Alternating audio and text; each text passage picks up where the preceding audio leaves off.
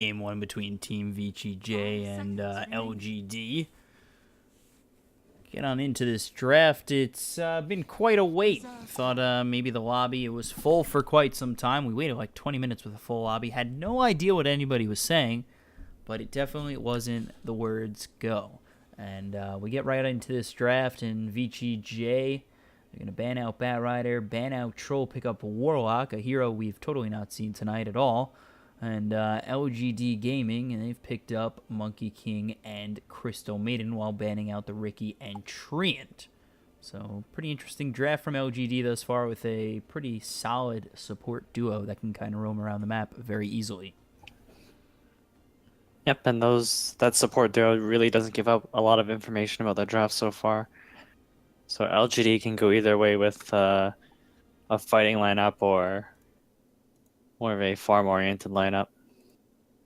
And VG.J pick a Nyx, which I think ROTK plays really well, and also doesn't do too bad against both the Crystal Maiden and Monkey King. Like, the Nyx can sort of scout out the Monkey King or kind of counteract the effectiveness of Monkey King's ganks later in the game. So I think if you're LGD, you're potentially looking for a Lina, which I think pairs really well with Monkey King. And looking at their past couple of drafts, it looks like they do favor Lina as a pick in general. Yeah, LGD, they do play quite a bit of Lina mid, and a lot of teams have been picking up Lina mid, especially these Chinese region teams. And with Crystal Maiden and Monkey King, if they get the Lina mid, that's a lot of potential for early game kills. You come over with the Monkey King, get the Primal Spring and the Balance Strike with the Frostbite and LSA, you're finding yourself maybe 1, 2, possibly 3 kills in the early goings. Yep. I think LGD have a really open draft ahead of them. Like, they can pick up even something like a Spectre, Legion Commander. They can pick up the Lina. Just looking at their past couple of drafts, trying to guess what they're thinking right now, because there's really a lot of options they have, especially against the Nyx Warlock, since Warlock is sort of good in lane, but not the best against certain offlaners, especially like a Legion Commander. And although Nyx is good in the mid game, he's not the most aggressive offlane hero in the game. So LGD have a lot of options here. Do you think that Nyx is going to be offlane, or could he even be in that 4 spot? Usually, I think he's in the offlane position, especially since I think ROTK plays him extraordinarily well. Mm-hmm. But, so, I mean, it could go either way. So Jug banned out, Lifestealer, Ember, Magnus still on the board. LGD, they need an offlane. I wouldn't be surprised to see it if it makes it through. Yep. The cool thing about having second phase Magnus is that you get to pick your core hero immediately after or before. Oh boy, does make it through. Templar Assassin banned out, and still Lina on the board, like we're kind of saying. And I feel that Lina with Magnus isn't too bad. Yep. And they kind of solve Lina kind of solves Magnus's issue. Like, Magnus is kind of weak against fast-paced teams when he can't get a good timing on his blink, and when he can't help his core really farm up, like if the Magnus's team loses a lot of map control early. So we'll see what they choose to pick here. 3 cores needed for LGD. Looks like the offlane has been picked up for Vici.J. Anything you think that's going to go with their lineup is worth thinking Magnus, Lina for LGD? So I think for their offlaners, they might be looking at a Magnus or Legion Commander, and for their mid, maybe a Lina or a Shadow Fiend or something. Something that can help them burst down the Warlock, because they currently don't have that much burst. And their carry could be just about anything at this moment. So they go for the Ursa, and Ursa with Empower. That's pretty nice. Maybe it forces Vici.J to pick up the Magnus for themselves just to block it from LGD. Yep. I think a big reason why teams pick Ursa is because he wins his lane so handily that your supports are kind of freed up to do other things. I think this Ursa should have no problem zoning out the Nyx by himself, so CM and Monkey King have a lot more freedom on what they can do this game. Yeah, they can definitely move around the map, and they are, you know, a support duo, like I said earlier, that does move around the map pretty aggressively. Vengeful spirits. So, LGD's turn to pick. Venge going to be picked up.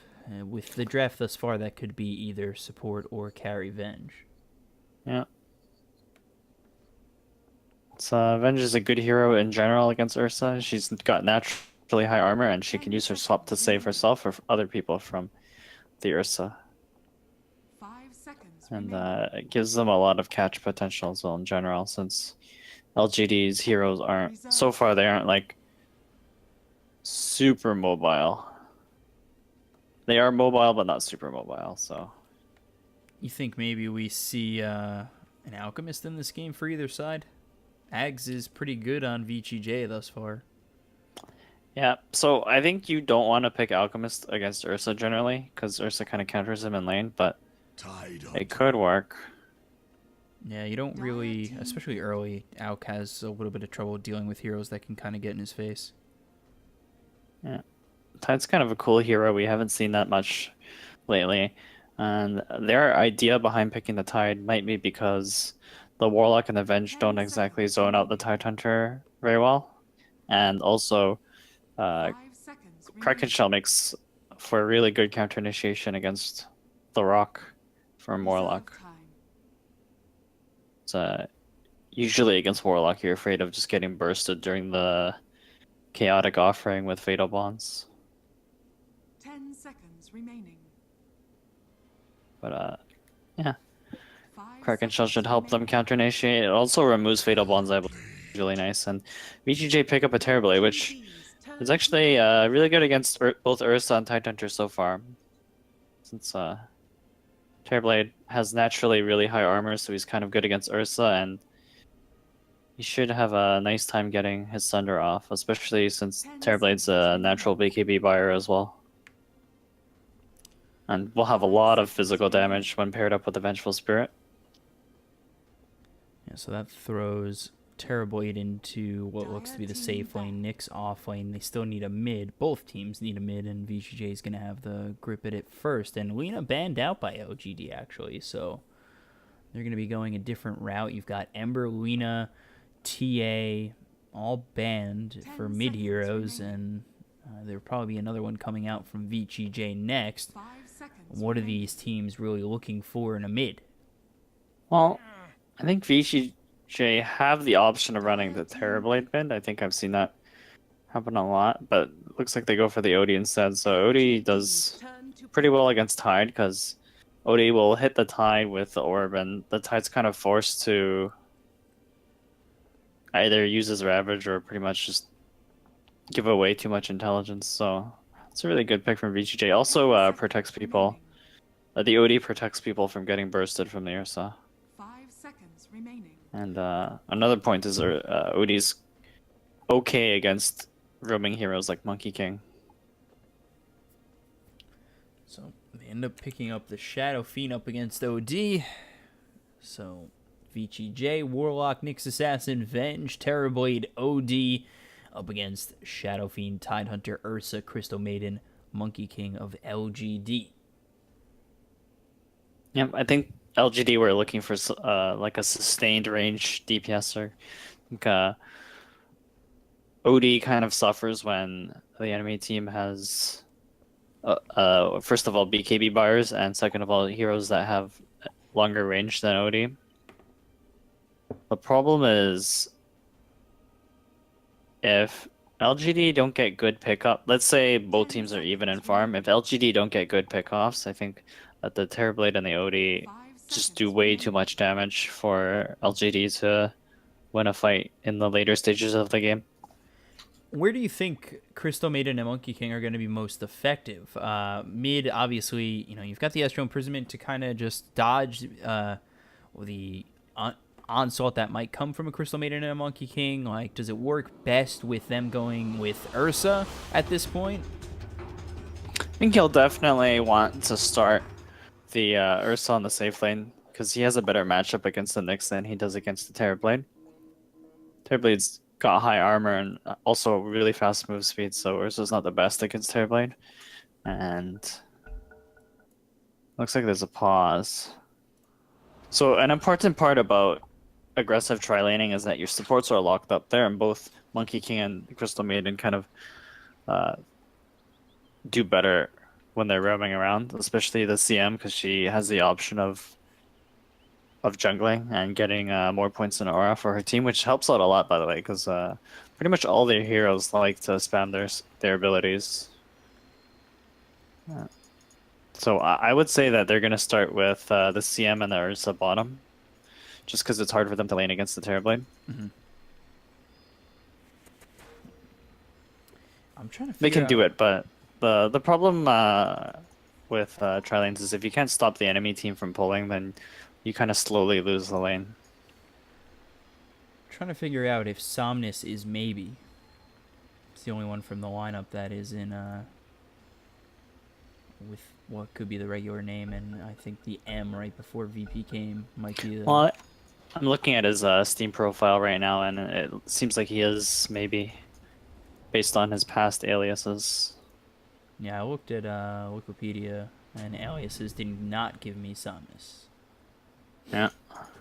So Interesting that he would change his official name to that.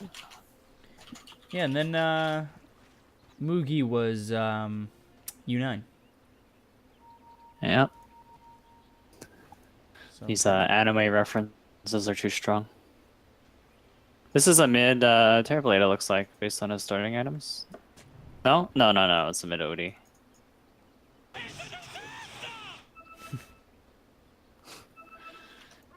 Very nice. And then Somnus, I think, is a reference to I can't remember the name of the show. It's the new cooking anime. I can't remember it off the top of my head. It's 4 in the morning. I can't think for anything. I'm fried. I won't admit that I know the name of the anime. I watched both seasons too. Oh my god. I'm just so fried right now. It's Shokugeki no Soma. Ah, yes. Yeah. Thank you. That would have hurt me through this entire match. I'm sad that I know it, actually. I'm glad you know it. I love that show. Alright. So we're going to see these lanes start to form out. Crystal Maiden, Monkey King. So Victoria is going to be on that. Monkey King, Yao is going to be on the Crystal Maiden. We take a look over at the Ursa. Is going to be Ame. It's going to be maybe on the Shadow Fiend, and then Old 11 on the Tidehunter. For the other side of VG.J, we take a look at the offlane for them. ROTK is going to be on this Nyx. Mig is going to be Freeze.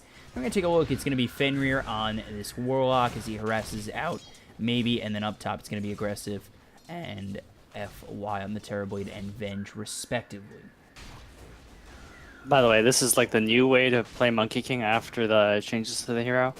You start with a poor man shield and you just you skill up Jingu and you just zone out the offlaner. And the offlaner is sad. The worst part or the best part about this is that you can change your forms and just drop aggro from the creeps. So in that regard, it makes Monkey King one of the best zoners in the game. Oh my god, Victoria. The taunts with the shape-shifting, it's just... RTK is ready to TP out. Yeah, he's got to watch out, though. Frostbite would definitely come if he tried to TP out, and ROTK might be in a really tough position, and that's the perfect stun. Anything less, and I think maybe they get that kill, but then again, Frostbite, that was on cooldown, and actually not enough mana for the Crystal Maiden anyway. So we take a look over mid as maybe up against Freeze, and it's been a bit of a tough lane for maybe as he's low on health, not really doing too much in terms of last hits as he's 3-0. Really struggling due to that Astral Imprisonment.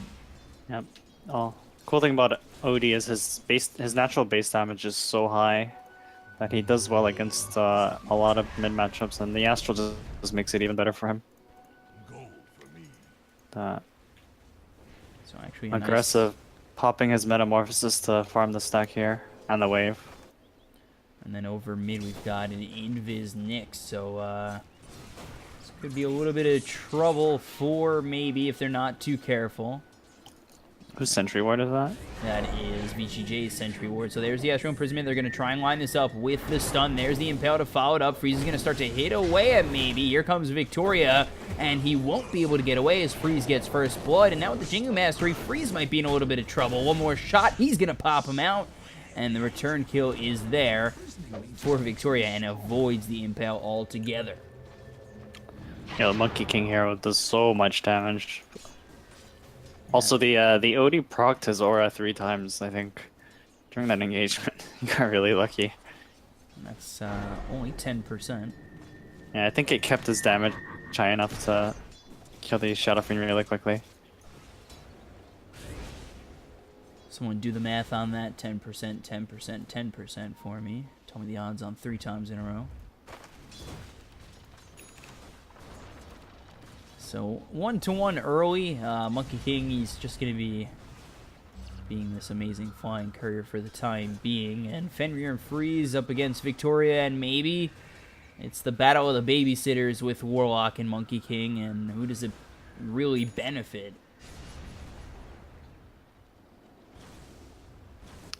It's actually both the Crystal Maiden and Victoria are going to back off for just a little bit. So they'll probably get Yao to level 4 before they start roaming around as 2 with both the Monkey King and the Crystal Maiden. Yeah, I think they're just looking to clear the camp before they smoke out. They have a smoke up on the Monkey King. Should be really good. So what they're going to want to do is wait for the OD to Astral something before they go in. Yeah, so he doesn't have that escape or even that stop of movement of LGD. It's kind of odd that they want to go up front. I feel like they have the time to wrap around on this. But, yeah, Freeze isn't playing too aggressive without the Warlock, but there is the Primal Spring. There's the Astral Imprisonment. Victoria does not have Boundless Strike, but it's not going to be needed as maybe gets the kill with the raises, and that's the second time Freeze has gone down.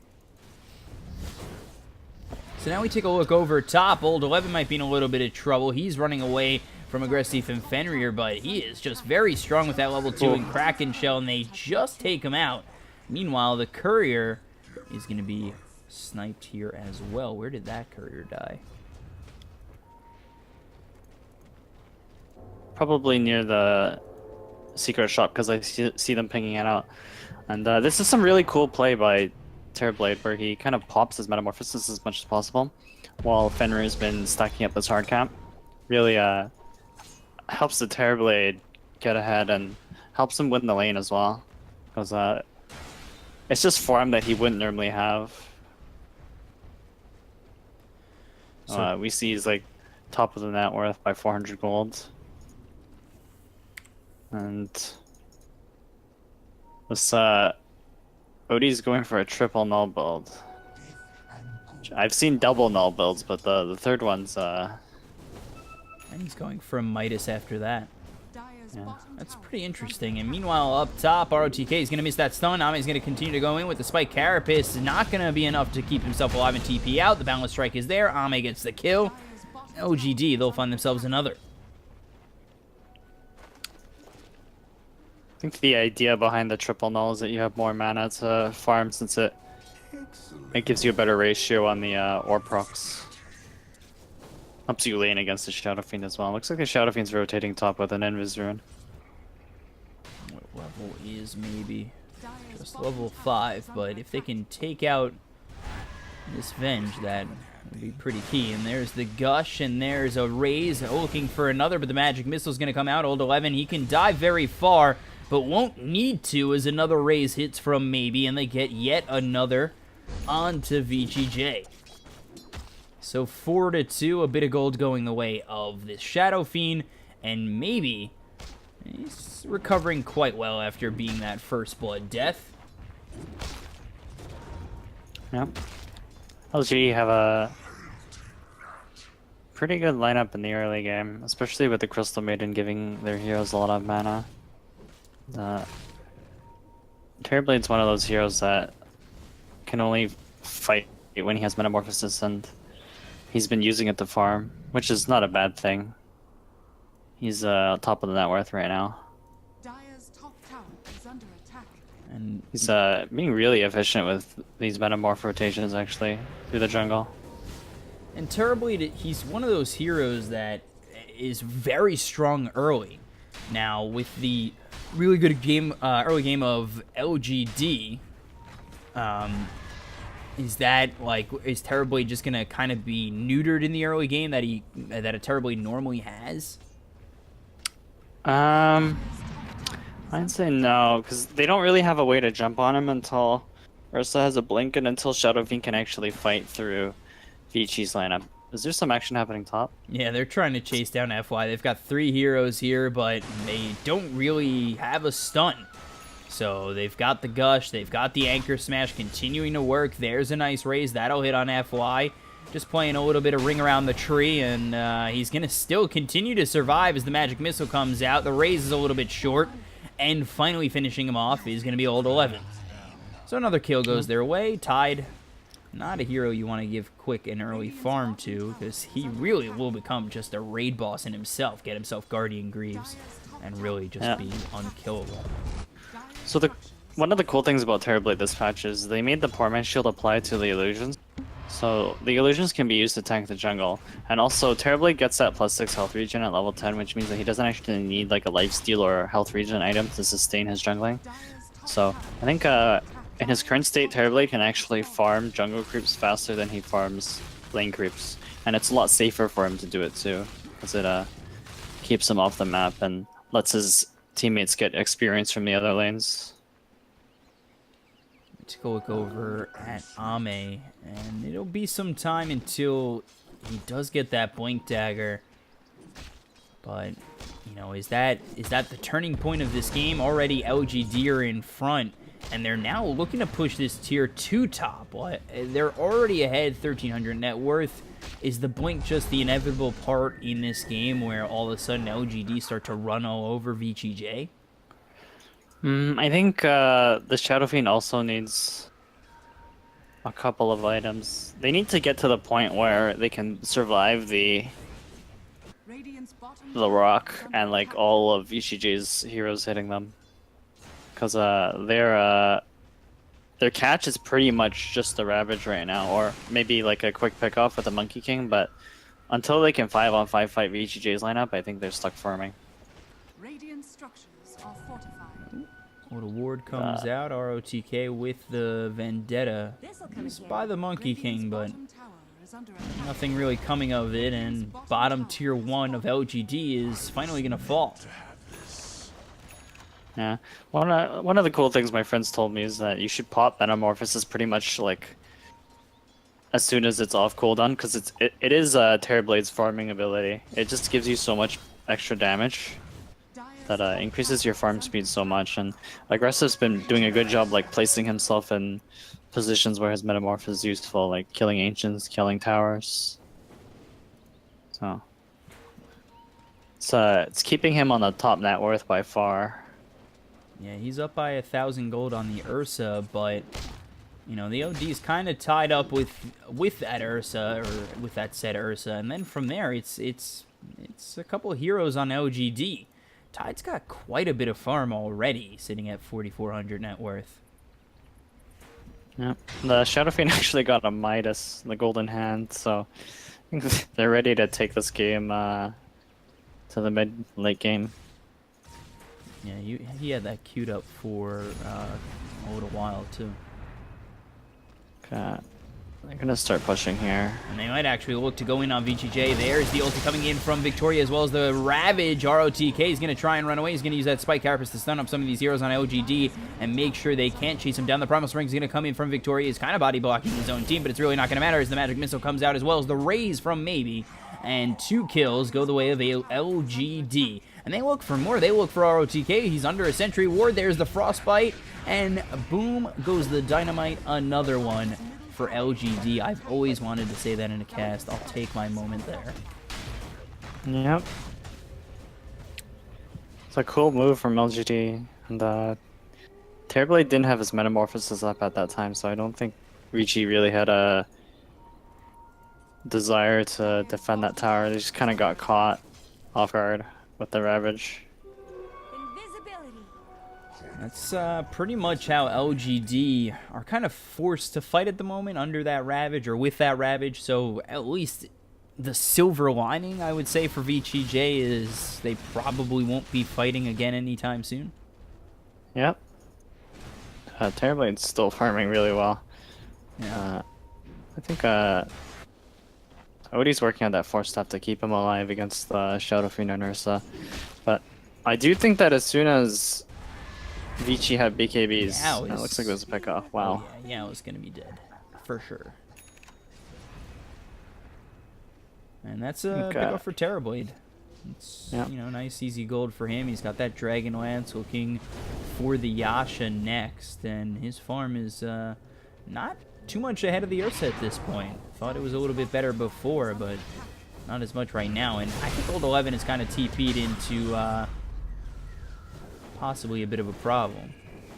Yeah, something cool for Vici is they kept that mid tower, and they might actually take the enemy mid tower here since Ravage is down for 30 seconds. So now Magic Missile comes out on the Crystal Maiden. The Boundless Strike is going to follow it up. The Chaotic Offering is going to come out on 2, and now they're going to use the Freezing Field from Yao. It's in a really good position as they're going to try and bring down this Vengeful Spirit. They've got 1, 2, 3. They're looking for 4. Fender is going to be the next one to drop them out. Metamorphosis was there from Aggressive, but now he's going to be back to his original form as the Frostbite hits on Aggressive. He's going to try and run away. It's going to be a continual team wipe for Vici.J. And LGD, they only lose the Monkey King. An amazing positioning from Yao to get that freezing field down and really set it up for his team, where they ultimately take 5 for 1. Yeah, it was a really good team for LGD, but Vici also kind of walked into a Monkey King and Crystal Maiden ulti. Or I don't think the Monkey King ulti was even used. It was just a Crystal Maiden ulti, doing so much damage on the side of the fight, and I guess no one was there to stop it. Ursa came to clean up. LGD, they're really cleaning up, and you think, is Terrorblade one of those heroes who can come back after being just not destroyed early, but his team around him hasn't been doing too well? I think he does a really good job coming back, and I think after when you have your Dragon Lance, you're like super high range, so at some point Ursa's gonna have difficulty running into the Terrorblade to fight his team. Okay. Do get especially as they start getting some more force staffs and with Avenge ready to swap him out. Yeah, that's really how you kind of beat Ursa, is being able to kind of just make your space and stay away. Yep, kite him really easily in fights. Looks like Shadow Fiend propelled himself to top net worth. Yeah, and Ursa's right behind him. Got the Midas to help out with that. So they're going to go for this tower, and with the Aegis, Vici.J, they really can't contest. Aggressive has to really just find his farm. He has to kind of bring his team back into it. Dire's top tower has fallen. It's kind of tough right now. I don't think they have any intention of fighting into Ravage and Aegis. They're probably going to wait that out before they go for something else. And this Ursa has a Desolator, which gives him enough burst potential on both the Odie and the Terrorblade. At least until those heroes start amassing more health and armor. So, No. ROTK, they might find themselves a kill bottom. I think FY is a little bit too far away. But Ame goes back in that direction. They're trying to set up possibly a kill, but the creep does find out FY, and now they look to turn it around. Is coming in with the Primal Spring is going to be Victoria to try and close this distance. And they won't. There's a little engagement in the river there. I think this Terrorblade's going to do what we saw with the Troll Warlords in the past few games. Kind of just want to be like on the other side of the map from the rest of the enemy team. Constantly split pushing away from where the enemy team is, and now actually maybe getting very low. Obviously he'll be able to TP out with no stun for Terrorblade, but that damage is kind of scary. Yeah, looks like he's going to want to trade towers here. Pops his Metamorphosis while bottom is pushing in. Yeah, but that's a tier 1 for a tier 2. And Victoria, with a nice Primal Spring and possibly a Balanced Strike, would be able to stop him in his tracks. I think you take a trade like that, especially when you have no, or when it's like tough to fight into the enemy team. Middle tower is under attack. So Victoria still just watching aggressive, maybe trying to set up the vision for his team. Yeah. But he'll continue to sit in the trees. Doesn't want to be too aggressive himself, which might cause him to ultimately die. Yeah. I think if he started hitting that tower, someone else would have TP'd in like the Ursa, and would have been a guaranteed kill. Especially since this Terrorblade only has 1.4k HP, but Strength Shred's... They haven't really been using ROTK's Vendetta to, I'd say, its full potential. You know, where he's trying to be that vision for the rest of the team to jump in on. Dire's structures I think the last two fights, Vici.J kind of got caught off guard, so maybe they weren't using the Vendetta early enough, or they just weren't expecting these movements from LGD, or weren't prepared for them. So nice Fatal Bonds comes out, but nothing to follow it up. They'll lose a tier 2 tower. Victoria does know where ROTK is, and it looks as though LGD, they're going to start to make their rotation over towards this Nyx, who has a TP available and no Vendetta. So ROTK needs to be very careful. There's the stun onto Victoria in the trees. But now very low on mana, has to be careful about that mana consumption with the TP. The creep's going to spot ROTK, and now the rest of the team is here with the Balanced Strike, as well as the Crystal Nova and the Frostbite with the rays coming in from maybe. That'll be another kill. And LGD now lead 14-4. Some space created though. He's got pulled 3 heroes up top. Yep, and Old 11 just being eyed by Fenrir. Here comes the Gush. Old 11 might chase a little Ursa bit, coming and in. Ursa does have that blink, so Fenrir's got to watch out. He'll just take the tier 2 instead. Dire's bottom tower has fallen. Yeah. Shadow Fiend picks up his BKB, which makes him pretty good against the Warlock and the Nyx. And they still have this Aegis, so LGD can definitely continue to just be aggressive.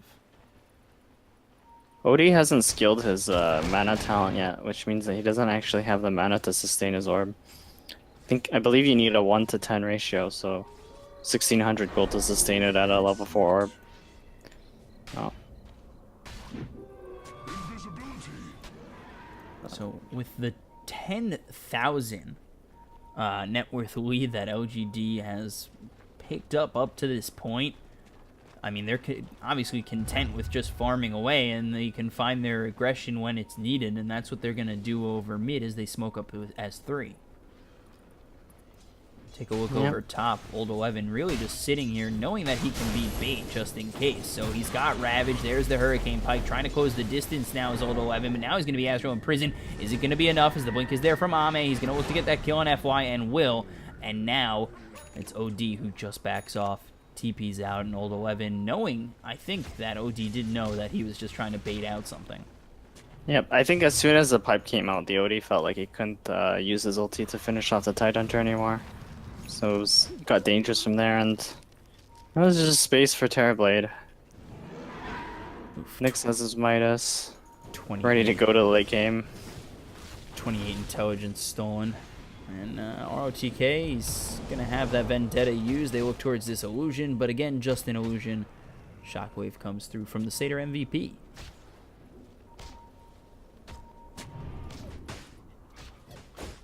LGD, they are all over Vici.J, kind of suffocating them on this map as they continue to just move around past the river, go from top to bottom, and kind of do a clean sweep, a grid sweep of just the top half of this map over towards, you know, the bottom half, and Vici.J, they kind of seem consumed. Yep. I think LGD is waiting for... Right now they're waiting for the butterfly timing on the Shadow Fiend, and they're waiting for a BKB on the Ursa just so he can't be hit by the OD. And probably waiting for Roshan as well.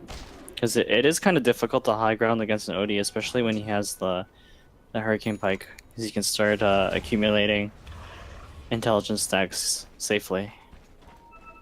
So it should be a pretty good timing for LGD when they have their BKBs, though.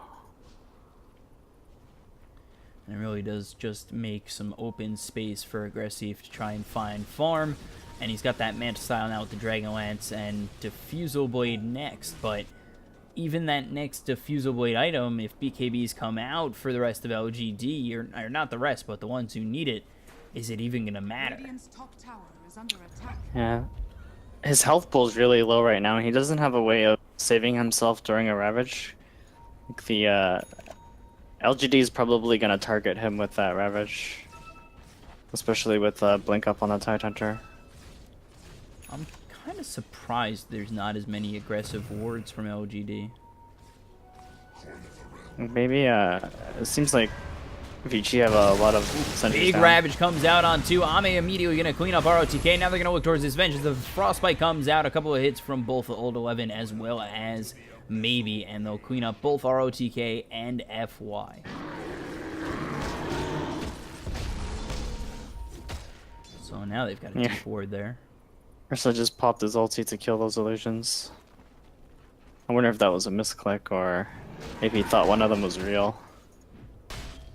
Now, no Ravage, but Dire's middle LGD, is that anything to worry about? You've got almost the Butterfly here for Maybe.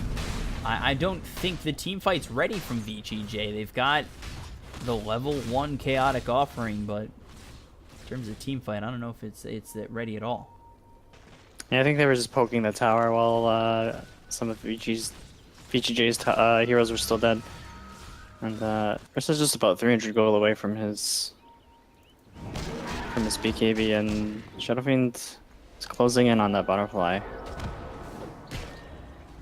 It feels like Odie doesn't intend on buying a BKB anytime soon, so they're going to be looking for the pickoff game with a Hex. The question is he really going to even have enough time to get that Hex? You've got Roche coming up in a minute, BKB's coming out for LGD, and now a Solar Crest here for Crystal Maiden. It just seems like there's just such a huge lead for LGD that I don't even know if Freeze is going to get it up to the point where he gets that Sheep Stick. Yeah, it's tough. I think it will come down to their high ground defense. Unless they find a lucky pickoff in the next few minutes. Games like this normally do come down to that high ground defense. If they can get 1 or 2 defenses mounted, and all of a sudden a comeback comes the way of the team that's really trying to defend as well as they can.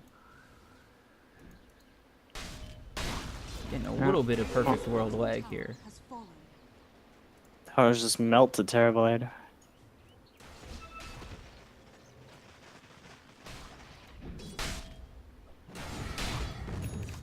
Troll Warlord, Terrorblade, Invoker, the 3 heroes that will take your base in 10 seconds. Yeah, and Aggressive, he's starting to get that farm where he'll definitely start melting towers if he's given the opportunity to do so. Yeah, he's doing a good job keeping up despite his team being behind. No, we're getting a bit of lag here, but I think Venge is getting gone on. Yeah, they look towards FY. They try to Hurricane Pike him away. Not going to be far enough, and Victoria cleans him up. And meanwhile, Ursa's doing Roche. Yeah, nobody's really coming over from VG.J. Yep. I think the real question on everybody's mind at this point in the game is, are we going to get the 420 score dream? Under attack. The what? The 420 score dream. Is it possible? Oh. Tower has fallen. Yeah, maybe. I feel like if LGD win this game, they're gonna kill more than 2 heroes. But I'm not gonna... Only need it for a Yeah. moment. And then chat will go crazy, everybody will have a Right. good time, everybody cheers, and then immediately after it's 4-21. Right.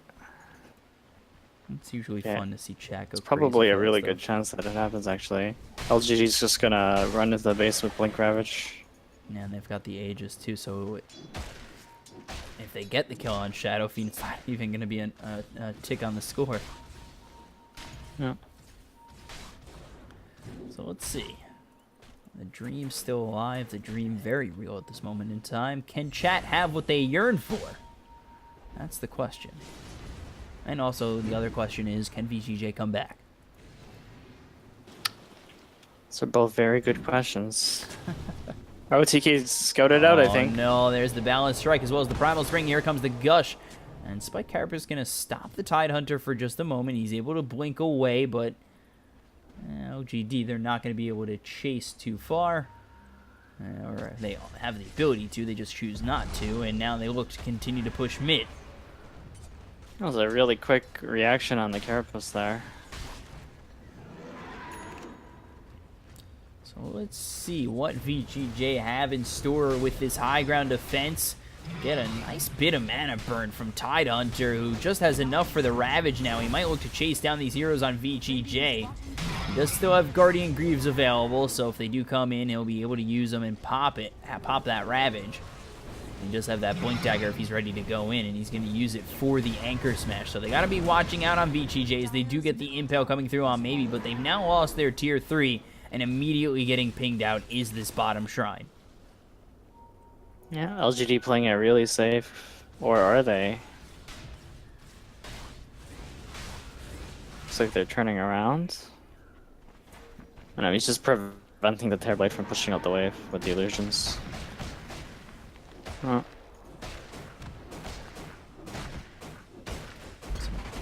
They get this quick kill on the shrine. LGD, do they go straight for the other one, or do they try again over mid? That's really what we're looking for, an answer from LGD soon. OGD does, OD does have his BKB now, so should make him a little bit better in these team fights. And OD, not too sure you want to be that far out. And there's a gem up on the Tidehunter as well. No Nick shenanigans happening here. Yeah, sometimes these games, the aggression's there early, and then the mid-game, it just kind of all falls off as nothing seems to be happening between these two teams right now. They're just kind of pushing and trying to get those pot shots in. It just, I don't know, some of it seems a little bit lackluster, and now they try to go in on Maybe. They have also got the swap. I'm just going to try and blink in. We've got this little bit of lag coming in. They're not going to find anything just yet. There's a Chaos offering dropping down onto the side of LGD, but they haven't gotten anybody dead as the Sanity's Eclipse is going to follow it up as well. Ami's going to use that BKB to try and get out. The BKB is used by the Shadow Fiend. He's also going to get himself the Ravage. There it is. The 420 is real. So they've got themselves the kill on the OG. They've got themselves the kill on the Terrorblade. Terrorblade's going to have to buy back if they have any chance of defending this base. And they got themselves some 420. And they're not going to be able to stop the push that comes in, and they will end up losing their racks. So they're actually going straight to tier 4s, and they're trying to force the buyback from Terrorblade. And there's going to be the buyback coming through, and Aggressive's going to show up, and now he's going to try and make something of it. Maybe he's going to use that Requiem on top of Aggressive. And he will end up losing his first life. Old 11 in a little bit of trouble. There is the nice Thunder from Aggressive, but he's between a rock and a hard place. He might be in a little bit of trouble as FY is going to use that swap to get him out. And now they look the other way as they finally take out FY. They're going to look towards Aggressive as he's already bought back. He's going to drop down as well. And now 4 are dead on VG.J. And like that, they'll call GG. So LGD, they were just waiting for their moment. And they do end up winning this game with a whole bunch of ease. And no, I will decline that request for a party. Thank you very much. And when OD and TB walked in to defend there, or to kind of like push the Ursa out of the base, they walked into a Monkey King ulti and both got bashed into a Ravage by the Monkey King ult. Yeah, so we take a look at these stats. 6-0 for Ame, 8-1 for Maybe, 4-1 and 11 for Victoria. And LGD, they really cleaned up. They only died 5 times in that entire game. It's just, a clean sweep from LGD, and, they're going to try and bring it for Game 2 and continue forward in this qualifier. Any thoughts on either team's performance? Well, I don't know if it was VG.J getting caught off guard, or maybe if they just didn't decide to be aggressive enough with the Nyx. But it definitely feels like LGD caught VG.J off guard a couple of times, and that really just put LGD far enough ahead to